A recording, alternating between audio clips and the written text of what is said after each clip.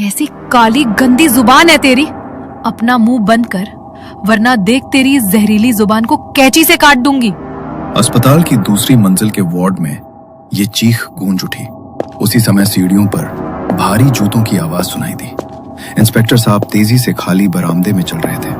उनके पीछे 2 सिपाही और अस्पताल के प्रमुख डॉक्टर जोशी भी कदम से कदम मिलाकर चल रहे थे। सर, मैं 2 दिनों के लिए मुंबई गया था।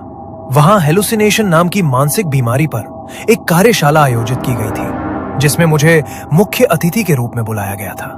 तो आप वापस कब लौटे? एक कुलटा, क्या काली जुबान है तेरी। तुम्हारे परिवार ने तुम्हें यहाँ शायद इसीलिए पटका है क्योंकि तुम ऐसी बेतुकी मनहूस बातें करती हो। इंस्पेक्टर साहब चलते चलते रुक गए। जिस दिशा से आवाज आ रही थी वो महिला वार्डन ठीक उनके सामने थी, लेकिन उसका ध्यान उस मरीज पर था जिस पर वो चिल्ला रही थी। वो मुड़ी और अचानक इंस्पेक्टर को अपने ठीक पीछे खड़ा देख सहम गई। जरा बीच में से हटने की जहमत उठाएंगी? माफ कीजिए सर।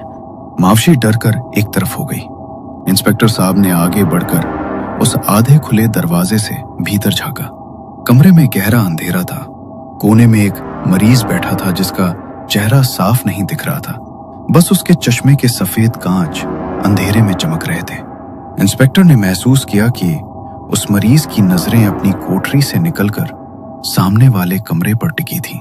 ये पीछे वाला कमरा किसका है और आप कौन है?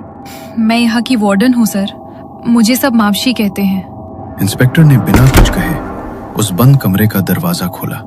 डूबते सूरज की तिरछी किरणें कमरे के गंदे फर्श पर पड़ी। कमरे से एक अजीब सी सड़ांध आ रही थी, मानो महीनों से सफाई ना हुई हो। इंस्पेक्टर की नजरें कमरे में घूमने लगी। बाईं ओर दीवार से सटे बिस्तर पर खून के सूखे हुए तप्पे थे। खिड़की का आधा कांच टूटा हुआ था और बाकी आधा फ्रेम में झूल रहा था। इंस्पेक्टर ने अपनी छोटी छड़ी से खिड़की को धकेला और नीचे देखा। नीचे कांच के टुकड़े बिखरे पड़े थे।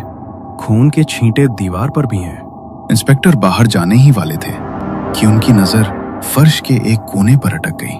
वे ठिठक गए, वापस अंदर आए, झुके और उस चीज को गौर से देखा। ये तो किसी लड़की के हाथ की आधी कटी हुई उंगली है।